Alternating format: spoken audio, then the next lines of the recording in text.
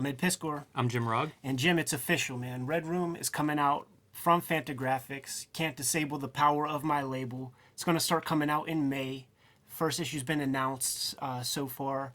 We're going to start teasing it a lot more on the channel. I'm going to start doing live streams.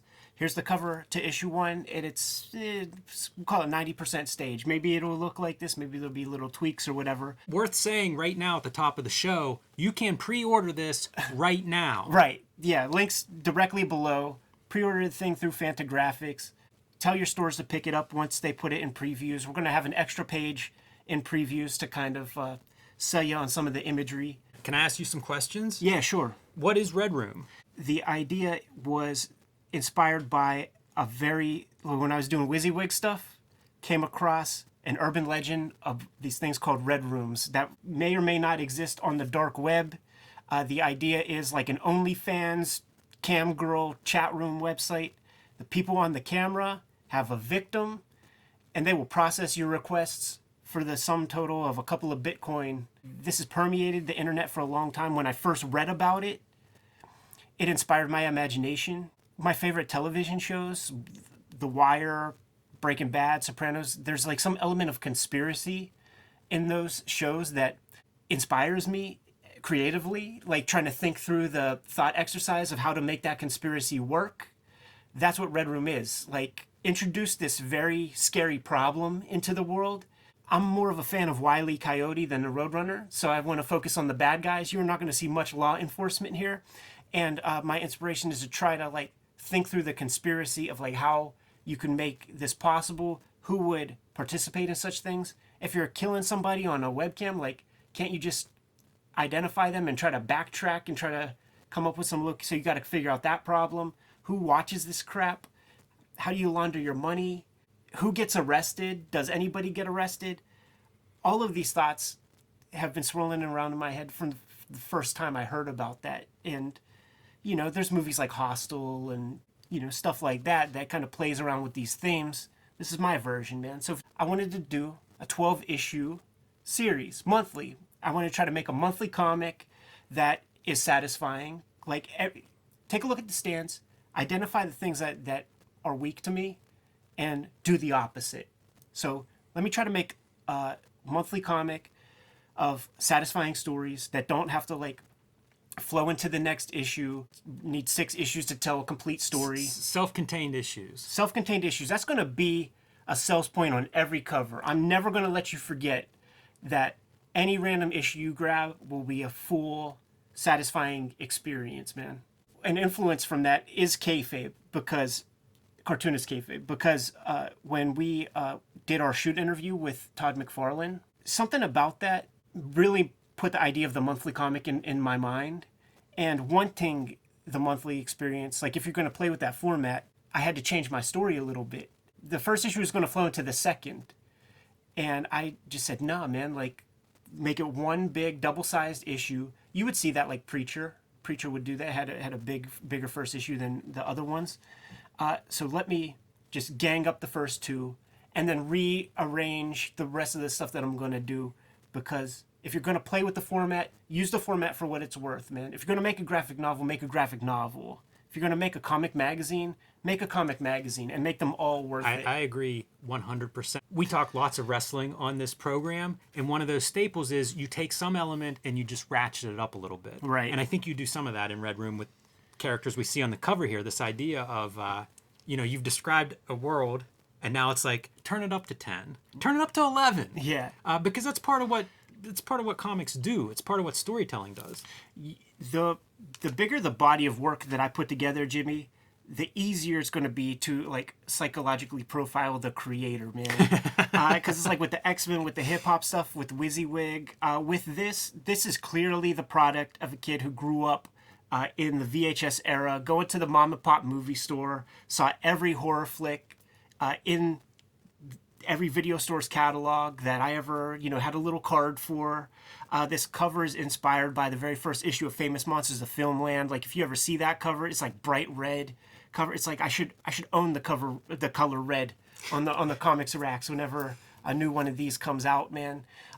The sort of 1980s horror that we sort of grew up in specifically, what I discovered late in the game is splatterpunk. You know, the Clive Barker stuff, the Nightmare on Elm Street, those kinds of books and novels by writers like Jack Ketchum and Richard Lehman.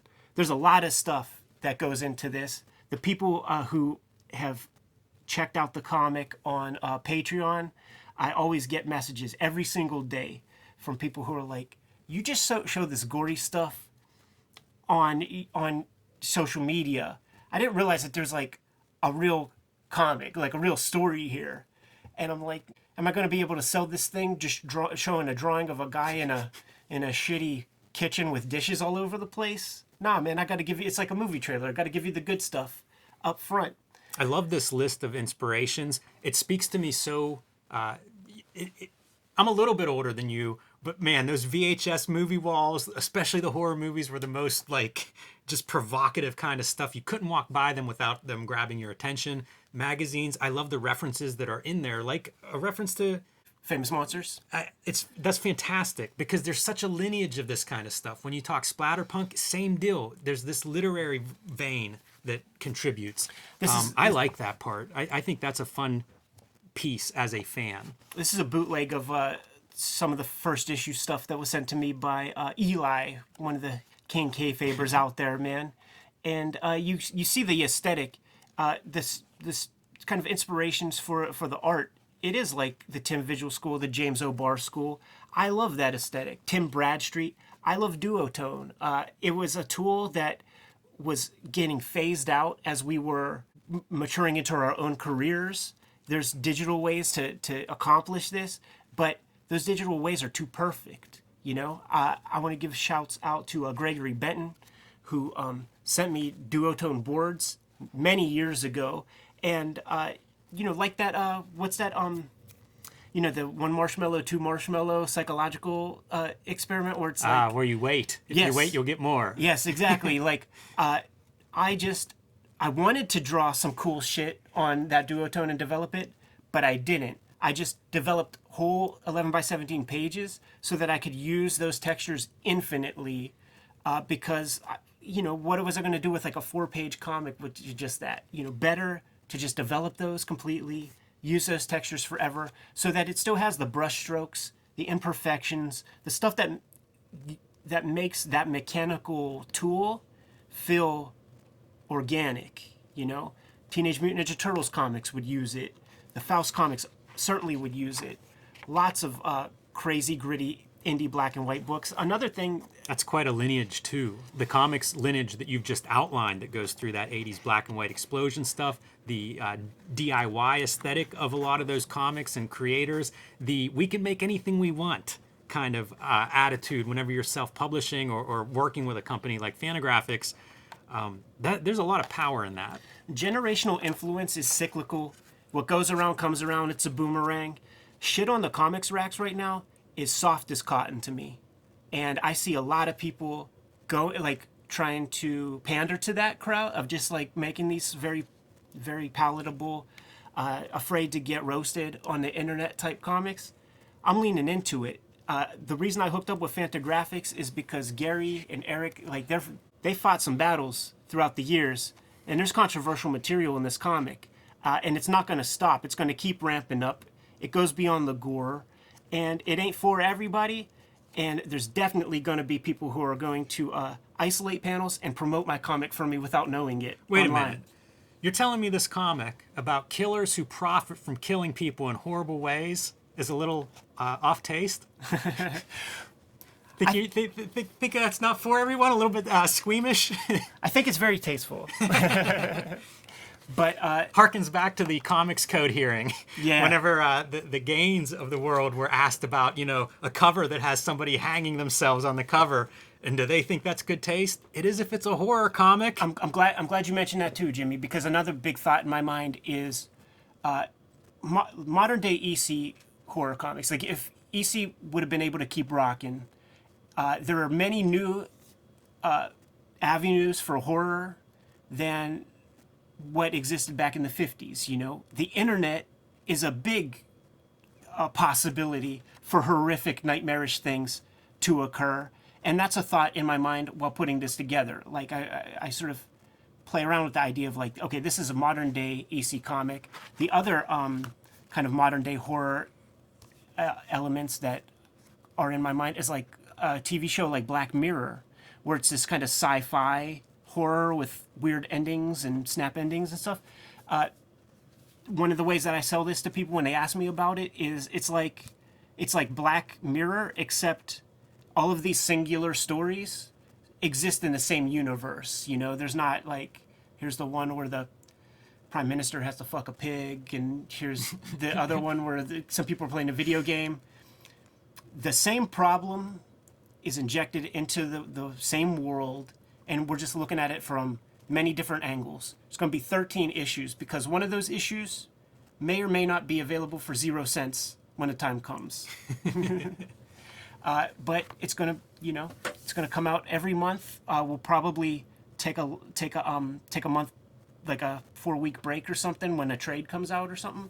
But it's going to be reliable. I've worked ahead for a year to get a bunch of issues done ahead of time, and I see no production problems, man. So once again, Red Room is gonna be available sooner than later, and you don't want to be on the losing end. You don't want to be crying about not getting Red Room issue 1 the same way we all cry about not getting Walking Dead issue number 1. Yeah, and I think it's worth noting to people watching at home, I give comics to people all the time. People that don't read comics. Right. And I struggle to find comics for those people. You know, but things pop up because of the subject matter, and it's like, oh, I know this person that's into splatterpunk or into horror movies. Right. Like, this is the kind of comic that you could hand somebody like that. Whenever growing up, like the kids that had Faust comics, they were like metalheads. They weren't Right. even comic book people. You know, it wasn't until like 3 years into a friendship with you that I was like, oh, you like Faust too?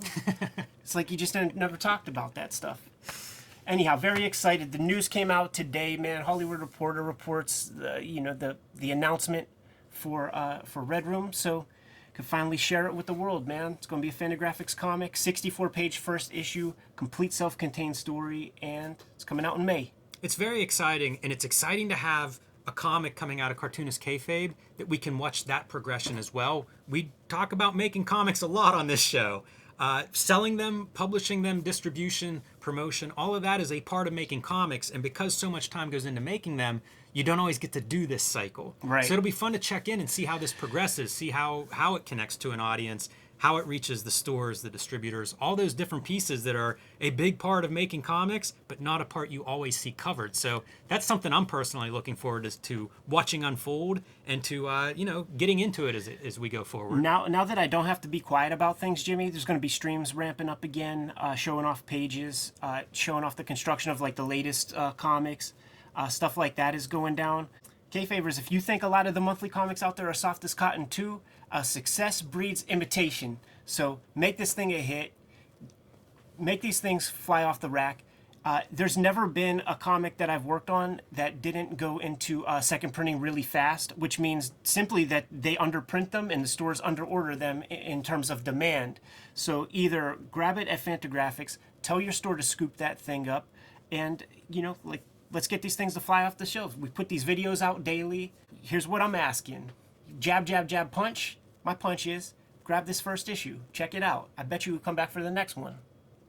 Yeah, that seems like a reasonable offer, Ed. And 64 pages, man, it practically is a graphic novel. I've certainly read graphic novels with fewer pages and with less dense cartooning, for sure. It's fun, but listen, man, it's a monthly grind. So we got to get back to making comics, Jimmy. Yes, indeed. Ready to bounce? I am. All right, Kayfabers, scoop up Red Room, issue 1, Fantagraphics website. There are links directly below this video. Cartoonist Kayfabe. You got to like, follow, subscribe to the YouTube channel. If we're going to be doing streams, I think you got something coming out pretty soon, and I would like to see some of those streams. You want to hit the bell icon because we might not let those streams live. You know, we might just put them up, do them for a little bit, take them down completely. So the bell icon will hit you to when we're streaming, and you could jump into the conversation that way. What else? Subscribe to the Cartoonist Kayfabe e-newsletter. Comes out every 2 weeks. It'll keep you up to date on everything we have going on. And this is going to be a big year for Cartoonist Kayfabe. As Ed has alluded to, hopefully I'll be making one of these videos whenever my next book is announced, coming soon. But that's a good way to keep up with us. And you can find a link to subscribe to the e-newsletter below this video. Jimmy, I'm pooped, man. Got to get back to the drawing board. Give us some marching orders. We'll be on our way. Order more comics. Red Room specifically. Buy more comics. Buy our comics. Buy the comics of the King Kayfabers. Yes.